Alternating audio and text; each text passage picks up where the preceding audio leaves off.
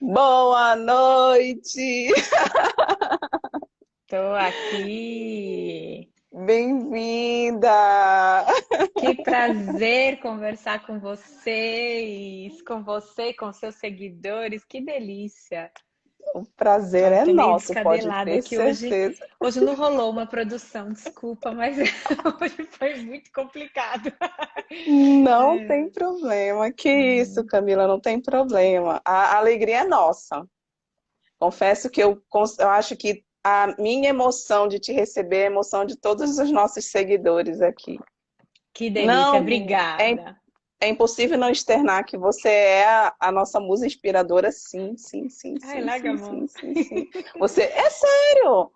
Então, tu faz a gente querer sempre querer ser um fisioterapeuta melhor, né? E é impossível a gente não agradecer. Eu venho te agradecer mesmo. Obrigada por todo o incentivo que tu tens dado ao Brasil inteiro para que nós possamos ser fisioterapeutas melhores, com qualidade, né? E com amor acima de tudo. Camila, muito obrigada, né? Hoje tu vais conhecer uma galerinha aí do norte, do nordeste, de todo o Brasil também, que eu tenho certeza que estão conversando aqui conosco. Tenho E muito obrigada certeza, por estou ter muito aceitado esse. contente. Uhum. Ai, que bom. Muito contente Seja de falar com o bem-vinda. pessoal do Norte e do Nordeste e com todos os outros seguidores que devagarzinho vão aparecendo aí. Acho que se a gente avisar o povo, ó, clica no aviãozinho que tá bem aqui, ó. E avisa o Exato. pessoal que a gente está aí, porque a gente vai falar hoje. Eu adorei a sua proposta, gente, a ideia do tema, sim, Richelma, foi incrível a gente poder falar de algo que eu acho que possa talvez acender luzinhas, né, para as pessoas, Isso. dentro da simplicidade, dentro do uso da cachola mesmo, né? Como é que a gente pode Exato. fazer melhor? Então, eu estou super contente. Acho que a gente vai ter um bate-papo delicioso. Obrigada pelo Ai, que convite. legal. A gratidão é minha. Então vamos a um bate-papo, né?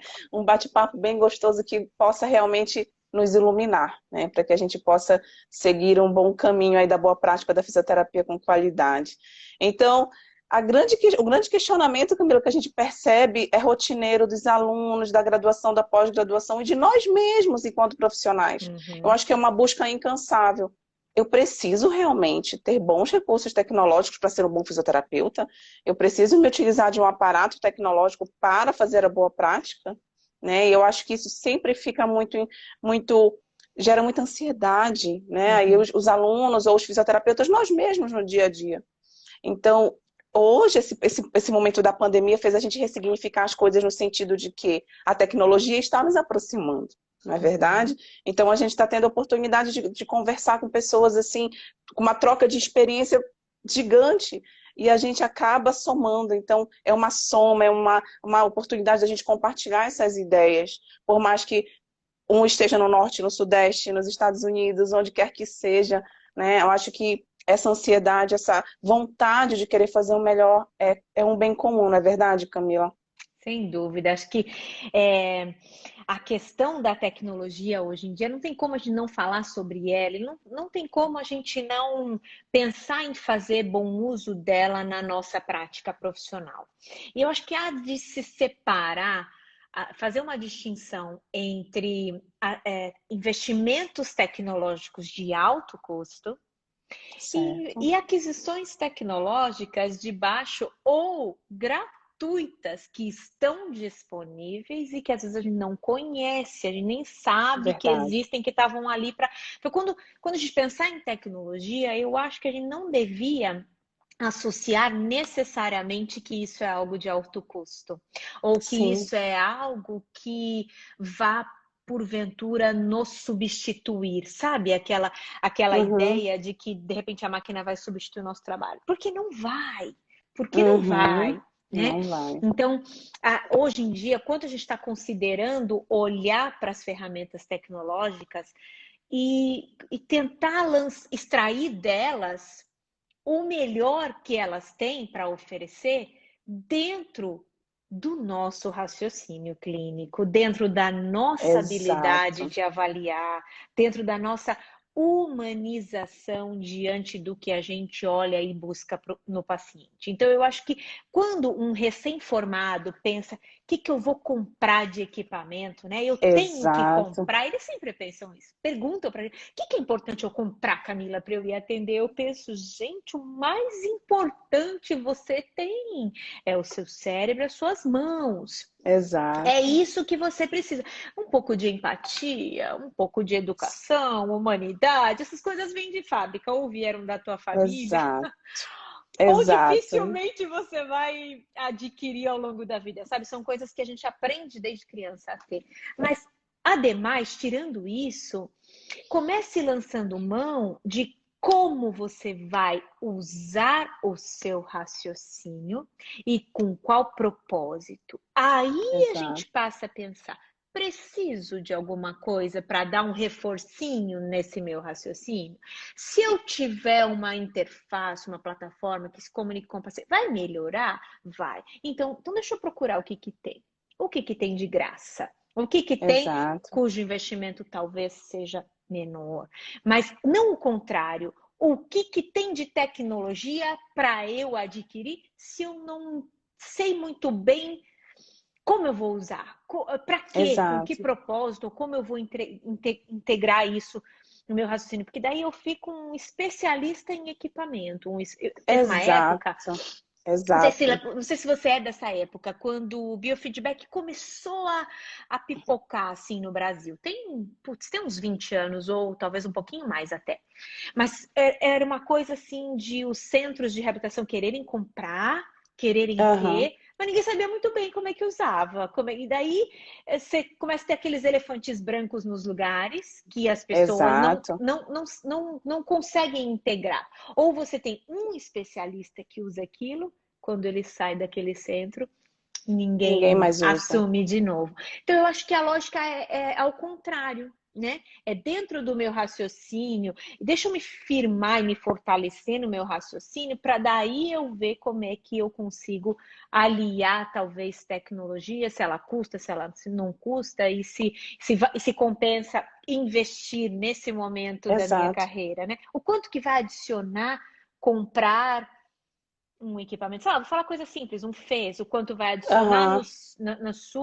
no serviço que você vai oferecer, ou quanto que vai adicionar uma realidade virtual, ou quanto que vai adicionar, entende? Então, essa tomada de decisão, ela tem que estar alinhada com o que a gente deseja oferecer dentro do nosso raciocínio clínico. Acho que é a primeira coisa, assim, sabe? Para pensar e acalmar um pouco o coração principalmente do recém-formado, né? Principalmente de quem está Tá começando, que o saindo. começo é duro, né? Com certeza. Eu não sei se tu concorda, é uma fala que eu sempre digo assim. Às vezes a gente vai com tanta sede ao pote, a gente quer o grande, o grandioso, e esquece do básico, que são os Uhum, conceitos básicos. Eu acredito demais que o poder do nosso cérebro com as nossas mãozinhas tem uma capacidade mágica da gente avaliar o movimento, raciocinar clinicamente em cima disso, né? uhum, Para que aí a gente utilize todas as nossas habilidades para que a gente busque o real objetivo que a gente quer. Eu nunca me esqueço de uma aluna que falou para mim assim, professora, eu passei num concurso público numa cidade do interior, onde eu cheguei para assumir um posto de saúde que só tinha halter, um espaldar, uma geladeira e crioterapia. E o que uhum, que eu vou fazer? Então, quer dizer, olha, acho que a gente primeiro tem que tirar essa venda dos olhos de que não há possibilidade na simplicidade. Eu uhum. acredito muito que a simplicidade nos induz a sermos criativos. Mas, para isso, aí eu te pergunto, Camila, eu acredito que para que a gente seja criativo com simplicidade, a gente precisa entender o movimento, avaliar, treinar o nosso olho clínico, porque aí o raciocínio Uhum, clínico vem. Não é verdade? uhum. Você concorda com isso? Eu estava procurando para essa live a definição de criatividade, né? Aí Eu eu também. encontrei assim, né? O uso da imaginação ou de Imaginação. ideias originais para produzir alguma coisa. Aí criatividade está sempre Exato. relacionada com arte. Então, se a gente Isso. entender que a nossa atuação, ela não deixa de ser uma arte, né? Ela É não uma deixa de arte. gerar um Sim, produto, né? Então, como é que eu posso produzir ideias originais, usar a exato. minha imaginação para um resultado artístico? para um resultado dentro do que meu paciente deseja. E aí, Exato. quando a gente começa a pensar nisso, a gente tem que pensar um pouco assim, eu estou enxergando igual todo mundo está enxergando? Eu estou olhando Exato. da mesma perspectiva? Então, a gente pode olhar a pandemia por várias perspectivas. A Com gente toda certeza. pode olhar o que ela trouxe ou traz de legado para a gente sob várias perspectivas, né? E eu posso, aquela coisa do senso comum, você não sabe, eu posso olhar o copo meio cheio ou eu posso olhar o copo meio vazio. E aí depende Exato. de como a gente vai olhar. Então, o que eu acredito é que dentro da minha forma de enxergar o cenário em que eu estou, o ambiente em que eu estou inserido, é o SUS? É a casa do Uhum. paciente? Eu tenho minha própria clínica? Não. É, como que eu enxergo? Como que eu olho esse cenário? E desse Exato. cenário ambiente físico e desse cenário ambiente afetivo social, o Exato. que eu extraio daí para pensar fora da caixa? E o cenário ambiente Exato. físico, ele pode não te dar as melhores condições, mas às vezes o cenário ambiente socioafetivo pode te trazer ferramentas incrivelmente potentes para você usar dentro da sua forma de enxergar aquele paciente, né? Concordo. Então, eu acho que isso já te diferencia um pouco de pensar fora da caixa. Eu vou pensar naquele paciente, eu vou pensar, meu Deus, mas aquela casa é tão pobre, não tem quase nada. Por onde eu vou tirar? Exato. Onde eu vou começar um atendimento domiciliar ali?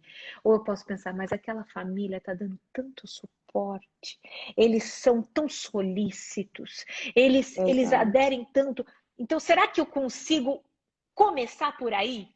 Será que eu Uhum. consigo começar, talvez, interferindo na relação do paciente com a família, com as minhas orientações? Porque isso pode começar a ser a engrenagem. Então, minhas primeiras sessões, minha primeira abordagem pode ser na direção da orientação, para daí, de fato, eu começar a implementação de um programa de exercícios físicos especificamente, né? Ou o contrário, eu até às vezes vou na casa de um paciente que até eu consigo dali pensar, aqui tem um lugar bom para fazer atividades, aqui, Uhum. mas a família tá nem aí para ti.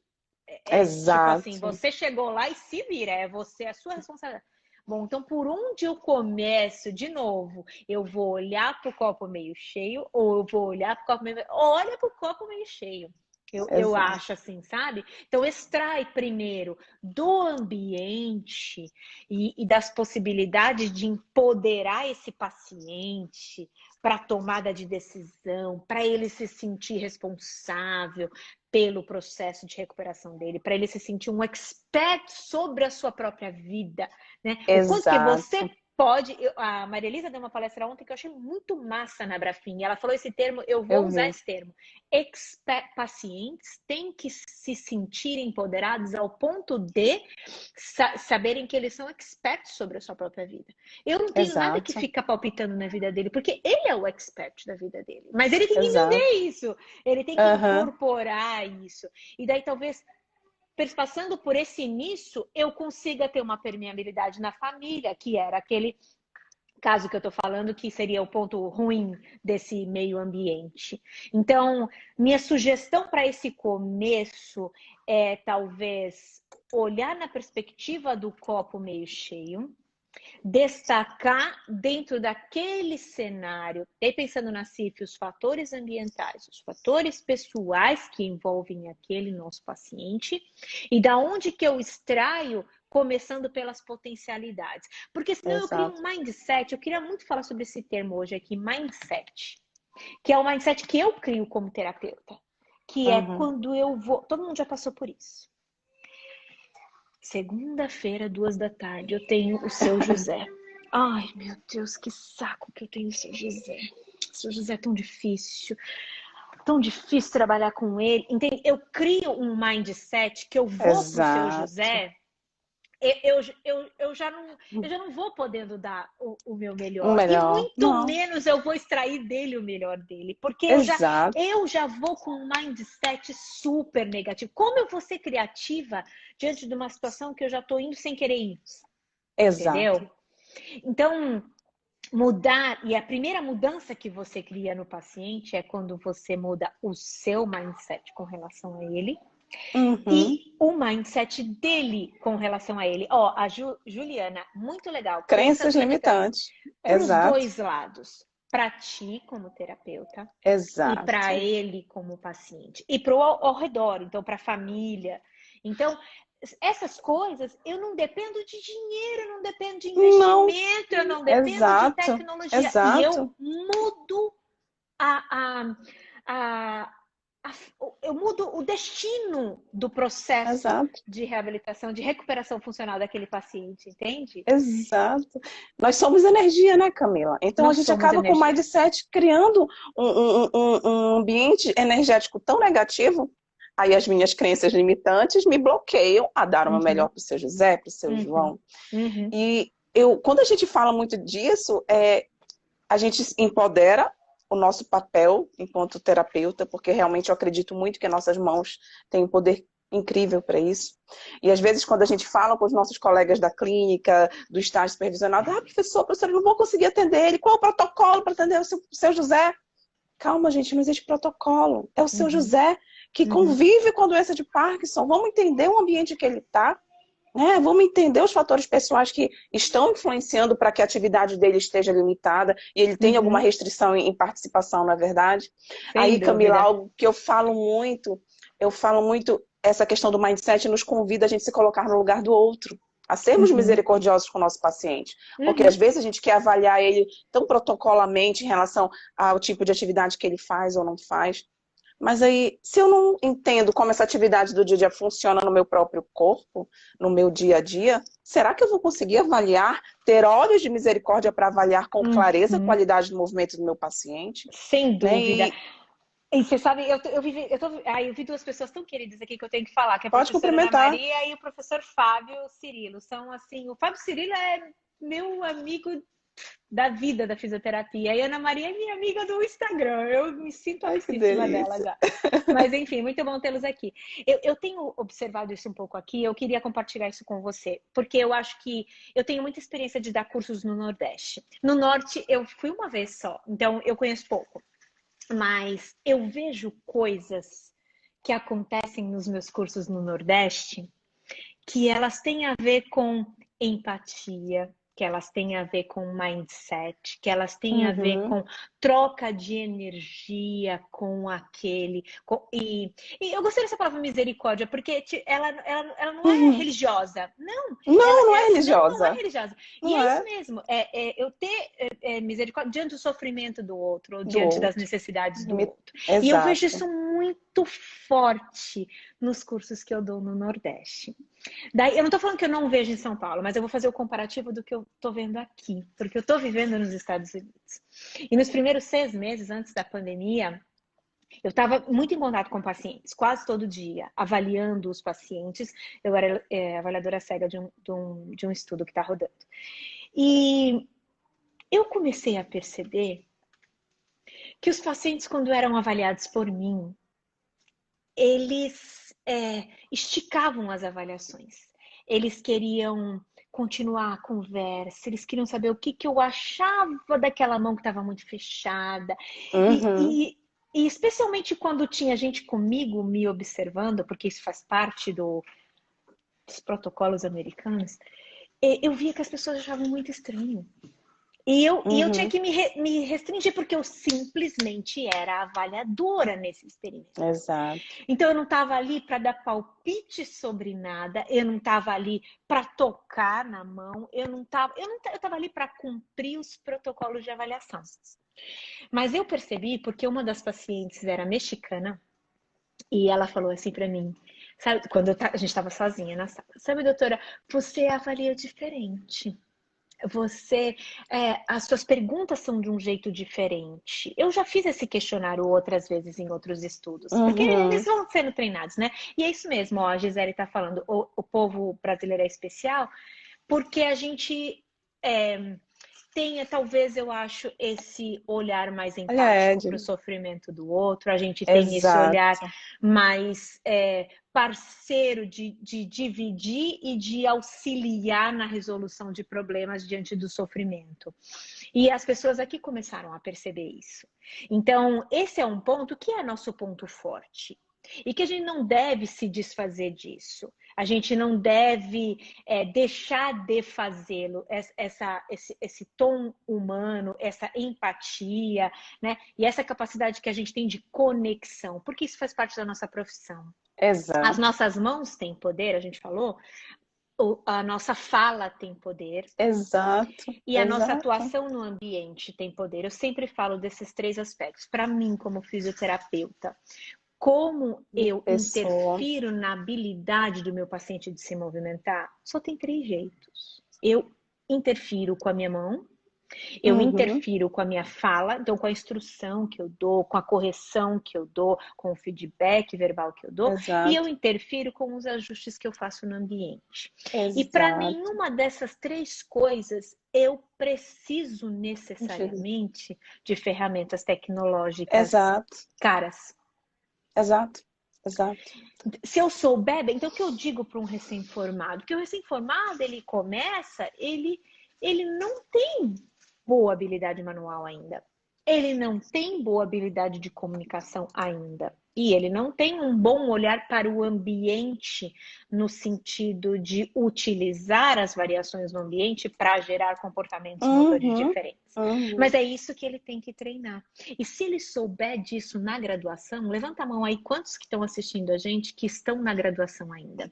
Exato. Levanta a mão. Porque se vocês sabem disso agora, quando vocês estão no estágio, quando vocês, de repente, se formam e vão para a residência, vocês vão com esse olhar de treinar o quê? Eu vou treinar a minha habilidade manual. Então, quando eu vou para uma aula prática na faculdade, gente, eu termino a prática com a minha dupla ali e eu corro para pegar outra dupla, porque eu quero ver outro corpo, com outro formato, com outro tônus, com outra mobilidade, com outra resistência. A gente fala isso com o professor. Gente, terminou? Pode bater papo, troca de dupla, vai, pega outro corpo. Sim. Isso. Pega outro, testa de novo. Mas a gente, como aluno, não saca muito bem a importância disso. A gente acha treinou uma vez, tá bom, passo para a próxima, vamos acabar logo. Mas você perde a chance de ir desenvolvendo sua habilidade manual, de ir desenvolvendo sua sensação. Entende? E a sua percepção através do toque, que é fundamental. E que é o que a gente está sentindo mais falta hoje em dia no teleatendimento. Porque como eu queria estar com a mão aí assim, mas desse jeito, que é o jeito que eu sei pegar, a cuidadora não vai saber, né? Então, isso eu acho que faz a diferença. Você começou a tua pergunta me falando sobre a importância da análise do movimento. E sem dúvida nenhuma, eu acho que essa é a nossa ferramenta mais importante. A gente só muda uma ação. Eu gosto de falar mais ação do que movimento, porque nosso objetivo, em última instância, é mudar uma ação, né? É mudar um gesto funcional, não só um movimento em si, né? Então, a gente só muda... Deixa eu só carregar meu computador aqui, que a bateria tá pitando. A gente só muda uma ação do paciente quando a gente sabe avaliar como ela está acontecendo, entender os requisitos, no mínimo, de controle postural, estabilidade e orientação e mobilidade dentro da realização desse movimento. Então, o que também não necessariamente depende de grandes tecnologias.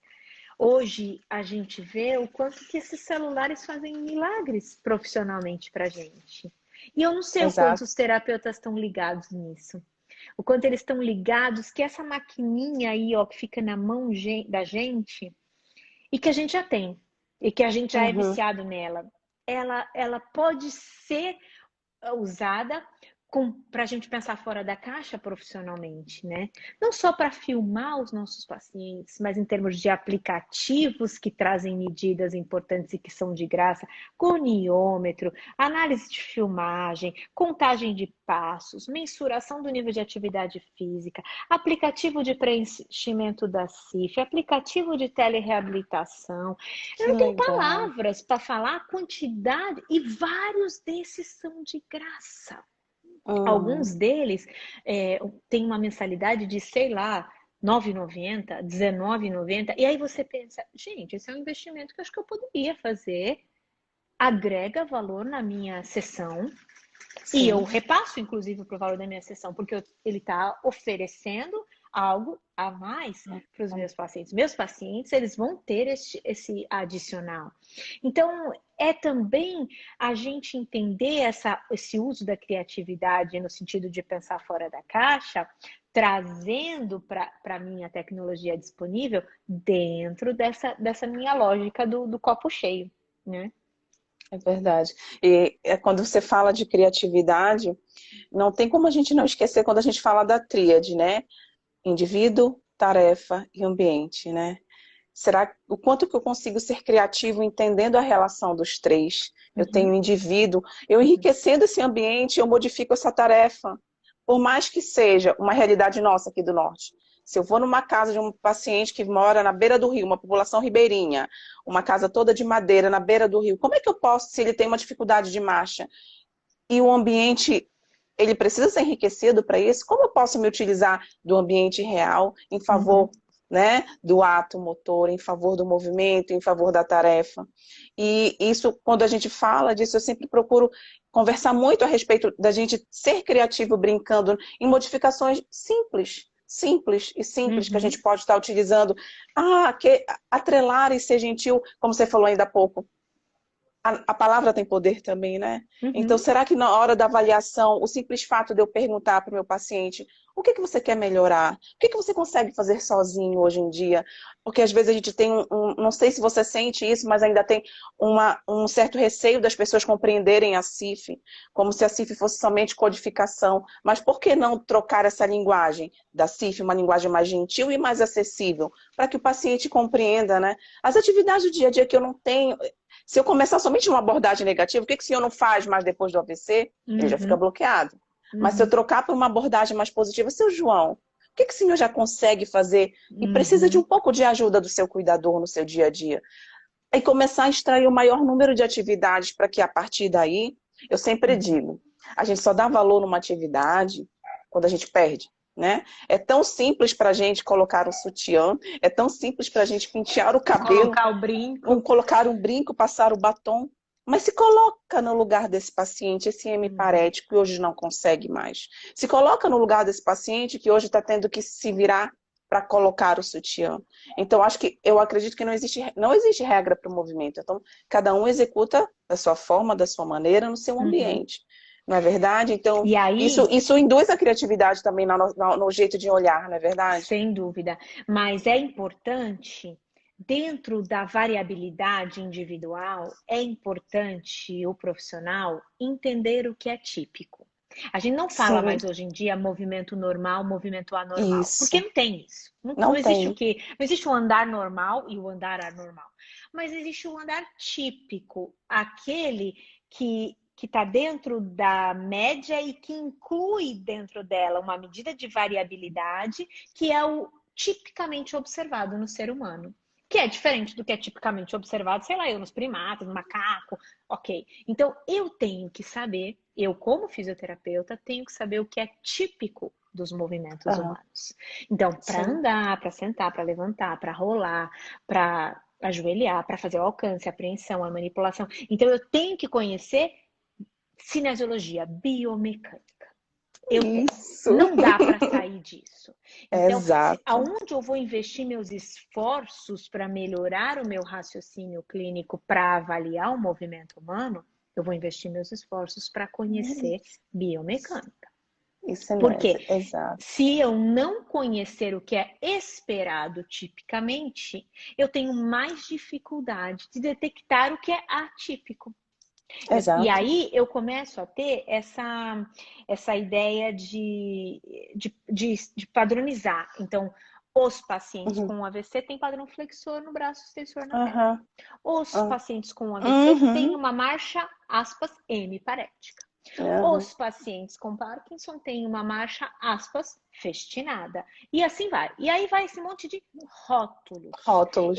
Eu não ensino, há muitos anos, eu não ensino nomes de marchas.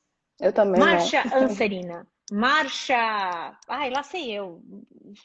Eu não ensino, porque isso rotula. E aí, Exato. quando isso rotula, você entende que se você encontrar um aspecto na marcha, pronto, ela já cabe nessa caixa. E você não precisa mais olhar, Sim. porque você já deu um nome para ela.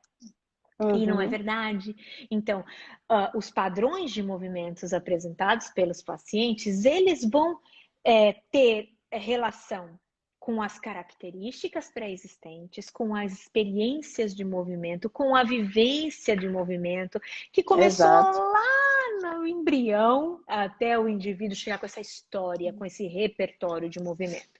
Então, quando Sim. eu paro de querer ter um rótulo e eu me permito avaliar o movimento, como ele está emergindo e detectar o que está atípico, porque uma marcha de um paciente neurológico, ela pode ter componentes atípicos, mas ele pode também ter componentes típicos em determinados segmentos do corpo, sem eu precisar Exato. botar um nome, um rótulo, né? Então, Exato. treinar os nossos olhos. E eu sempre falo, por exemplo, usar a tecnologia para treinar os nossos olhos é ultra Uhum. bacana. Hoje em dia a Sim. gente tem esses celulares com câmera lenta. Exato. Gente, usa isso, avalia seu paciente em slow motion. Você poder fazer uma análise de marcha em câmera lenta. Mas quando eu tenho coleção na minha casa, que eu vou ter que jogar fora, de fita cassete de marcha de trocentos pacientes que a gente ia, voltava, pausava, Aham. ia, voltava, Aham. Aham. pausava, ia. E olha hoje, então, isso é utilizar as ferramentas tecnológicas disponíveis gratuitamente para o meu benefício. Tem softwares específicos que fazem isso. Então, dependendo de quanto isso vai adicionar valor ao meu trabalho, vai adicionar valor para a minha clínica, aí eu tomo a decisão de investir ou não, de comprar ou não, né? Então, essa questão de inovar, pensar fora da caixa, olhar sobre outra perspectiva, ter um mindset diferente quando eu fizer uma abordagem com um paciente que parece que está num meio ambiente mais difícil ou que tem fatores pessoais mais Aham. complexos. Isso nos ajuda, eu acho, a extrair o que a gente tem de melhor em termos da criatividade. O brasileiro é muito criativo, Sim. mas o Sim. brasileiro é muito reclamão. E eu acho que ser muito reclamão Exato. ofusca a nossa capacidade de criatividade. É verdade, é verdade. E o que é interessante o uso dessa tecnologia, os vídeos simples que a gente faz do movimento, além da gente, fisioterapeuta, estar olhando, por que não colocar a familiar, o paciente para se enxergar, para perceber o movimento como está acontecendo. E às vezes a gente pergunta, às vezes a gente pode ter a percepção de que a minha avaliação demora muito, mas esse momento de avaliação é uma construção em conjunto, que a gente precisa entender realmente todas Uhum. as perspectivas do controle motor. E por que não utilizar uma estratégia tecnológica simples e acessível para isso? Então, hoje a questão da pandemia nos aproximou muito para que essa relação, essa coparticipação família e terapeuta seja mais próxima. Uhum. Porque hoje eu posso pedir, através do telemonitoramento, do teleatendimento, a gente consegue mapear muita coisa. Porque uma coisa é a marcha do paciente no meu consultório, que é um ambiente extremamente controlado, um ambiente que ele está acostumado. Outra coisa, porque eu não posso me dispor na hora que o meu paciente está saindo ali da minha clínica, do meu consultório, olhar como ele vai andar na rua, olhar como ele Uhum. vai atravessar a rua, né? Que são outras estratégias que ele vai realmente realizar. E é isso que a gente, assim, a gente não combinou nenhuma dessas palavras. É isso também que a gente fala, sair da caixa. A gente está acostumado o paciente ficar na caixinha dele da casa, a caixa da fisioterapia, a caixa da terapia ocupacional, a caixa da fono. E aí, como é que está o ambiente além dessas caixas? Será que Você eu, sabe que enquanto essa fisioterapeuta, me pandemia, permito olhar isso, né? você sabe que essa pandemia nos fez, eu acho que todo mundo está passando por isso em maior ou menor grau. Mas como a gente transformou o nosso programa em grupo comunitário, né, para AVC e para Parkinson e em Sim, telereabilitação, logo muito no começo, assim, 2 semanas depois da pandemia, a gente já estava com o programa começando a andar. E a gente começou a receber os vídeos dos nossos pacientes, né, deles fazendo as atividades em casa. E aí, uma das nossas primeiras reuniões, assim, discutindo sobre os vídeos, foi a gente analisar o ambiente que os pacientes viviam. Porque a gente sim, estava sim. restrito lá à universidade, restrito a oferecer o estágio para os nossos estagiários, a oferecer o serviço para a comunidade e ponto. Ninguém nunca foi até a casa e nem era esse o propósito do programa, nem nada disso. Mas quando a gente começou a receber vídeos de onde os nossos pacientes moram, das Uhum. condições que eles têm, a gente tem que refletir sobre isso. A gente tem Sim, que refletir, sim. inclusive, sobre as orientações que a gente dá, A porque gente passa. várias das orientações que a gente passa não são viáveis onde Não e, tem. e, e no contexto em que os nossos pacientes vivem. Não são viáveis. Deveria ser uma regra nossa, mesmo num cenário em que a gente está, que é trabalho em grupo, entende? Que é um programa de atividade física, mesmo assim, deveria ser uma regra, uma entrevista individualizada, em que a gente abordasse condições mais sociofamiliares, entende? Porque Exato. a gente não aborda. A gente aplica instrumento de qualidade de vida, a gente aplica Uhum. instrumento de depressão, mas eu não sei quantos quartos tem a casa, eu não sei se ele Exato. compartilha a cama, eu não sei se compartilha com criança, eu não sei quantas pessoas moram naquela casa, eu não sei qual o tamanho daquela casa para o número de pessoas, eu não sei se tem Exato. saneamento básico adequado, eu não sei nada. Eu não Nada. sei o estado nutricional dessa pessoa. Ele chega para mim 10 da manhã, 9 da manhã lá no nosso programa. Muitos não tomaram café e não vão tomar. Sim, Primeira sim. refeição vai ser, sei lá, 2 da tarde, olhe lá. Depois que ele se exercitar com a gente e que ele fizer uma viagem de 3 horas de ônibus para ele voltar para casa dele. E aí a gente está ali falando gente, de qualidade do movimento no movimento de elevação frontal. Gente, porque a gente tá querendo mexer em detalhes, sendo que o buraco é muito Muito mais maior. embaixo, né? É muito mais embaixo. Então, essa reflexão, isso me caiu a ficha, assim. Eu fui supervisora de estágio muitos anos em faculdade particular, a gente lidava com muitos pacientes de baixa renda. E os nossos alunos iam na casa, e existia esse movimento. Então, isso era bem forte para mim. Quando eu mudei para a educação física e comecei a trabalhar em grupos, eu perdi um pouco essa noção do individual, assim, sabe? Dos meandros do Aham. sofrimento da vida de cada um, porque a gente começou a olhar mais para o coletivo, né? Sim, Mas essa pandemia me fez, voltar e falar, nós não podemos perder mesmo sendo um trabalho em grupo, perder essa noção do indivíduo e do ambiente, das condições que ele está inserido. Isso eu acho em outras regiões do país é mais forte ainda. Né? Quando a gente fala sim. no norte, no nordeste, quando a gente fala no interior mesmo, Interior. né? E essa é a realidade. Eu entendo muito mais claramente os meus alunos de curso hoje em dia, quando eles falam, mas Camila, isso, onde eu trabalho, vai ser muito duro, né? Vai ser muito duro. Onde eu trabalho, eu tenho meia hora para atender 2 pacientes ao mesmo tempo. Como eu vou dar essa Aham, qualidade aí que você está falando para eu dar, né? é verdade. Camila, eu não.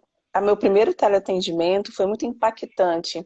E eu lembro que quando eu pedi para a família filmar, deixa eu ver como é esse quarto, deixa eu ver como é essa Uhum, sala, o impacto foi tão grande. Porque, uhum, claro, a gente já vem com uma preparação prévia do que a gente vai dar de instrução. Então, aquele primeiro momento foi um choque de realidade tão grande para mim que eu tive que pensar, gente, eu tenho que ser criativa agora, eu não tenho tempo para isso. uhum, Por mais que eu tivesse preparado, anteriormente ligado para dizer como seria a minha teleconsulta e tudo mais, a gente prepara os testes que a gente já quer aplicar, mas uhum. a realidade é outra. Era A outra. realidade é outra. O vaso sanitário é uma altura totalmente inadequada e ele não dorme na cama, dorme na rede. Olha Então, isso. uma situação totalmente diferente. A casa toda de madeira, o piso de madeira embaixo passando o lençol freático. E aí? Né, essa instabilidade. Então, quer dizer, como ser criativo diante de tantos cenários? Às vezes, o que a gente pode abordar? Primeiro impacto, opa, negatividade, eu não vou aplicar ali. Então, aí a pandemia nos mostra que, eu acredito que isso veio para ficar. Depois, a gente tem que continuar com o telemonitoramento do ambiente real do paciente, sim, porque você passa os exercícios de casa, o treino de sentar e levantar. Mas onde é que ele vai passar esse treino de sentar e levantar? É no banquinho de madeira? É no sofá? É numa rede? É numa cadeira? Como é que vai ser? A gente não sabe o ambiente dele. Às vezes ele não tem cadeira, não tem sofá. Então isso nos angustia muito. Então aí a primeira vontade que tem é, não, vou me limitar, não vou fazer. Mas por que não enxergar que existe um leque de oportunidades naquele ambiente, por mais que ele não seja enriquecido? É realmente ressignificar e puxar para o lado bom. Aí a criatividade vem. A criatividade vem. Primeira coisa é acalmar esse coração para trazer o lado bom de tudo. Eu acredito acalmar, nisso. E acho que a segunda coisa é começar do básico. Começar do simples. Para mim, o básico e o simples está diretamente relacionado com orientação.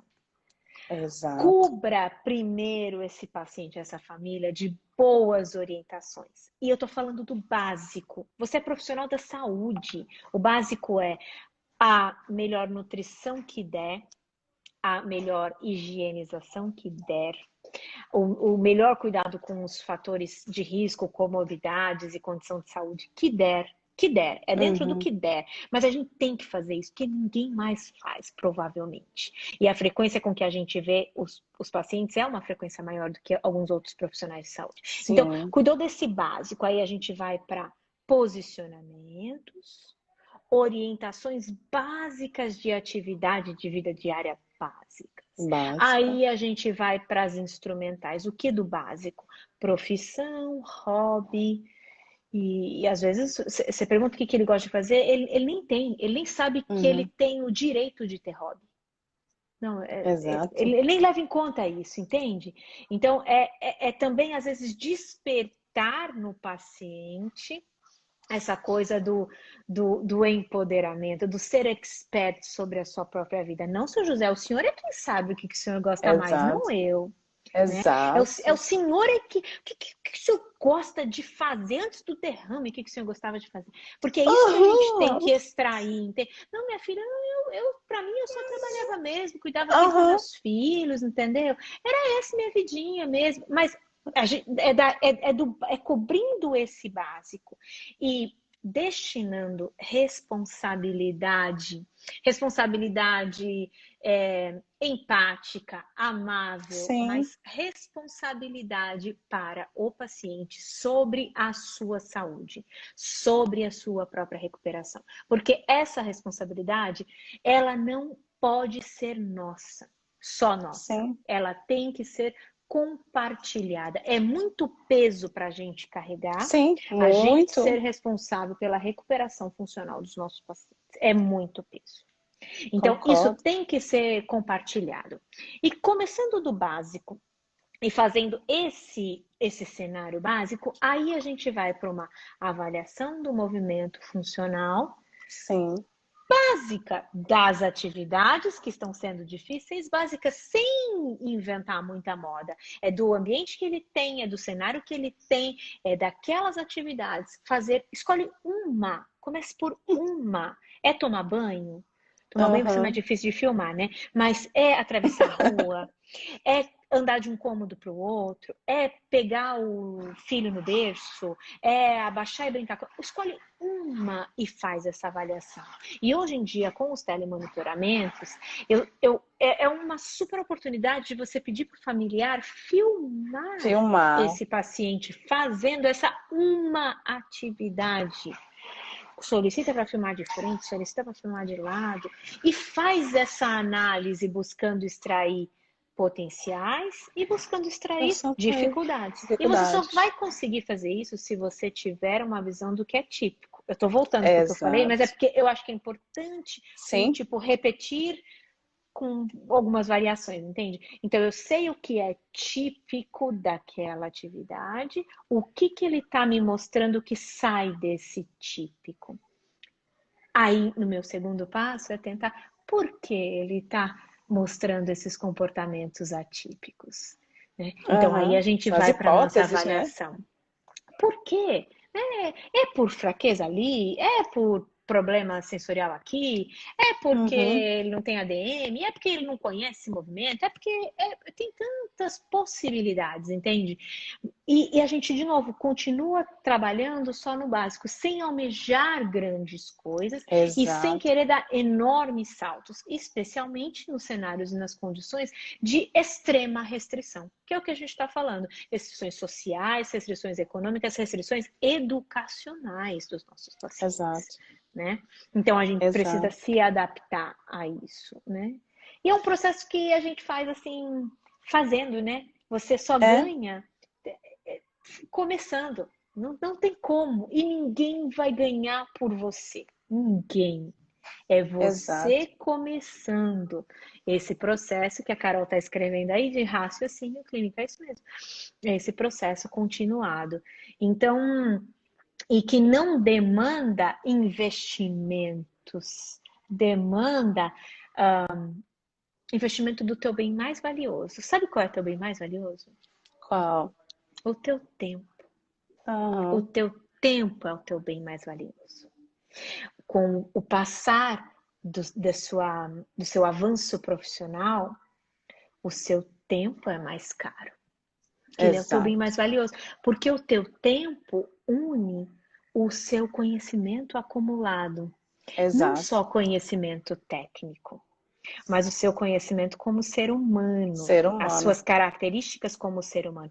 Então, crescer nesses dois aspectos te faz As- fazer o teu tempo ser cada vez um bem mais caro, porque ele é escasso, ele só tem 24 horas do dia para Exato.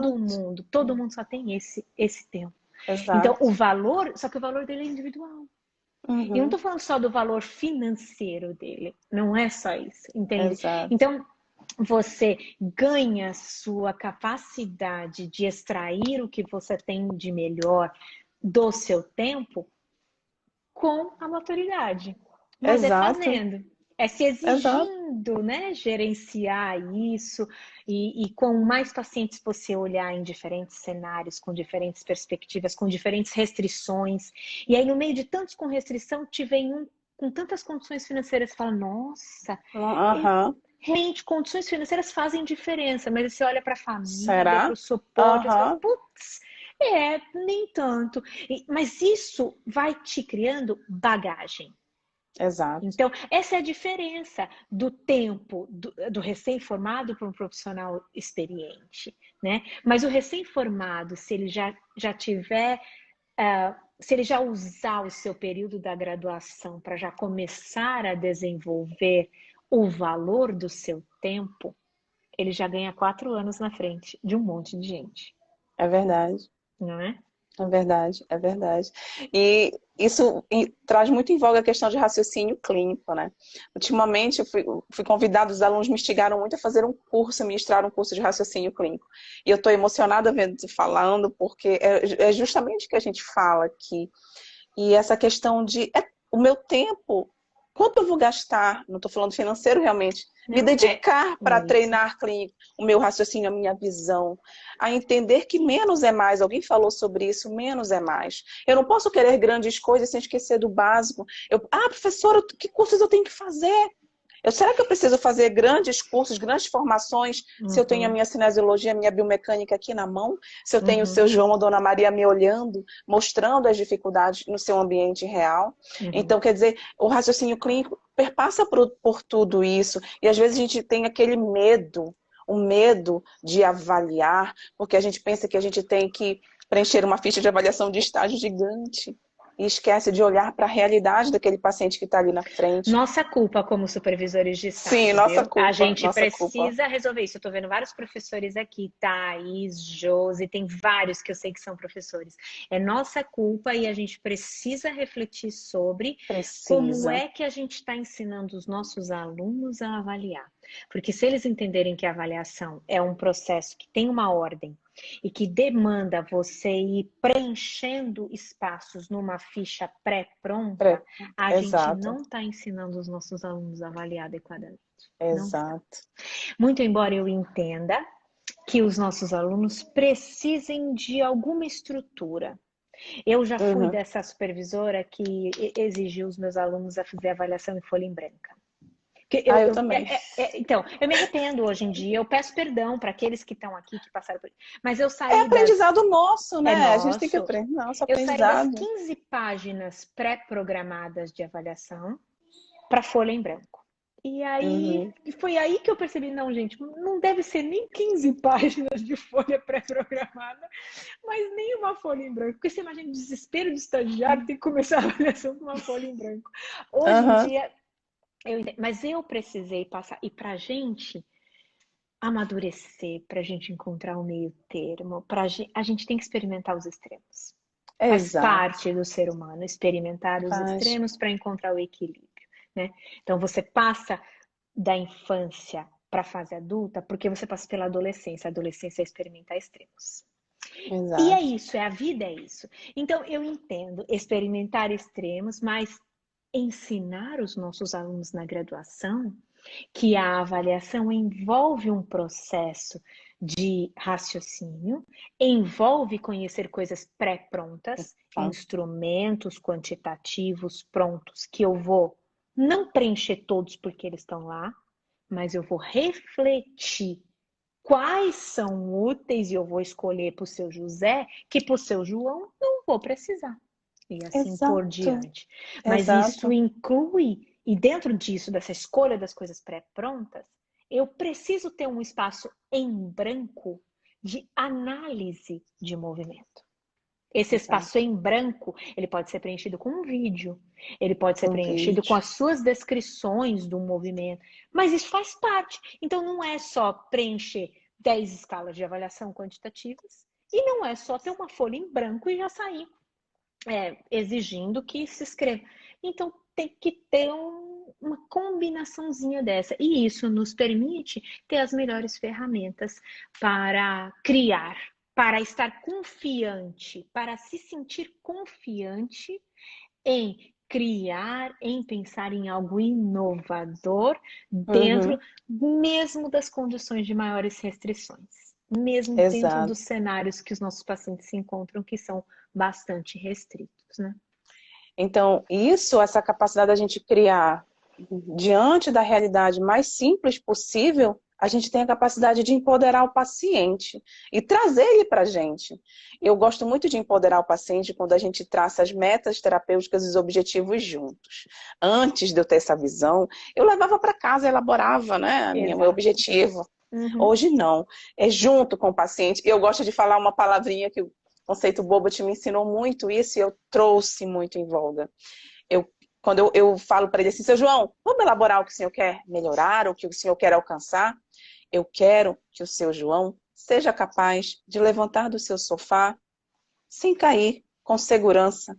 Isso é importante para o senhor, seu João? Sim, é muito importante. Isso é muito importante. Então, eu acredito muito, Camila, que as palavras têm poder. E quando eu Uhum. falo isso para o universo, eu quero que o seu João consiga levantar e tal. Então, eu não vou gerar energia naquele ambiente, ele não vai sair motivado. Então, eu acredito que essa questão de energia favorece muito a gente criar. E olha que legal, a gente está saindo dessa live acreditando que nós somos o quê? Nós temos uma arte nas nossas mãos, que a Nós temos fisioterapia uma arte. é uma arte. Uhum, Não é sem dúvida. verdade? E nada desse Temos raciocínio, 4 minutinhos. eu sei. E nada desse raciocínio, e nada dessa. Sabe o que eu posso chamar filosofia? E nada dessa filosofia que a gente está fazendo aqui exclui a nossa capacidade de. É isso mesmo, eu ia falar isso, ó, Thaís. A Thaís matou, é isso que eu ia falar. Da gente entender o que faz sentido para a nossa vida. Uma Exato. vez que você entende o que faz sentido para a sua vida, você se torna curioso a descobrir o que faz sentido na vida do paciente. Porque é isso que a gente deveria querer mudar. Exato. E isso não me impede de tomar decisões baseadas em evidência. Evidência, jamais. Não me impede. Jamais. Eu não vou traçar um objetivo com o paciente que está fora do escopo do prognóstico dele. Exato. Então, eu não vou decidir gastar o bem mais precioso meu e dele, que é o tempo, com coisas que assertivamente eu já sei que não funcionam. Exato. Então, é a combinação da arte e da ciência. Ai, Isso é perfeitamente exato. possível de ser Sim, feito. sim. E é impossível a gente não se emocionar ouvindo você falar isso. Porque é isso que a gente busca, Camila, falar para todos os nossos alunos e para os pacientes, sabe? Que eu acredito muito na boa prática da fisioterapia, com humanidade, com criatividade, com simplicidade, com a ciência junto. E, né, porque aí a gente sai daquele mito de que a gente tem que aplicar protocolo, que todo mundo é igual, os rótulos vão embora. Aí vem o quê? A individualidade, a particularidade de cada um. E isso realmente é impossível a gente não se emocionar e saber que mesmo sem a gente ter conversado, as coisas se casam. E que a gente pode disseminar isso com luz e com energia para todo mundo, não é verdade? Sem Ai, que dúvida. bom. Fico muito feliz. Que delícia disseminar energia, disseminar empatia pelo ser humano, empatia pela dor do outro, né? E ao mesmo tempo fazer uso disso com as melhores evidências. Eu acho que é isso que nos torna especiais e é isso que vai fazer a nossa profissão caminhar rumo aos melhores resultados e ao melhor reconhecimento social, inclusive. Obrigada pelo convite, obrigada a todos vocês, essas palavras lindas, encorajadoras. Foi um momento delicioso, uma conversa divina. Continue inspirando o povo do norte e do Brasil todo, Richelma. Te agradeço do fundo do coração, gratidão, que Deus te abençoe muito. Obrigada, obrigada, obrigada. Sinto-se abraçada aqui por todos nós aqui do Norte, Camila. Muito obrigada. Obrigada. E um abraço a todo mundo que está aqui conosco. É impossível, eu gostaria de cumprimentar cada um. Sintam-se abraçados por nós. Muito obrigada, Camila. Eu vou salvar no IGTV, tá, gente? Maravilha. Tchau, tchau. Obrigada.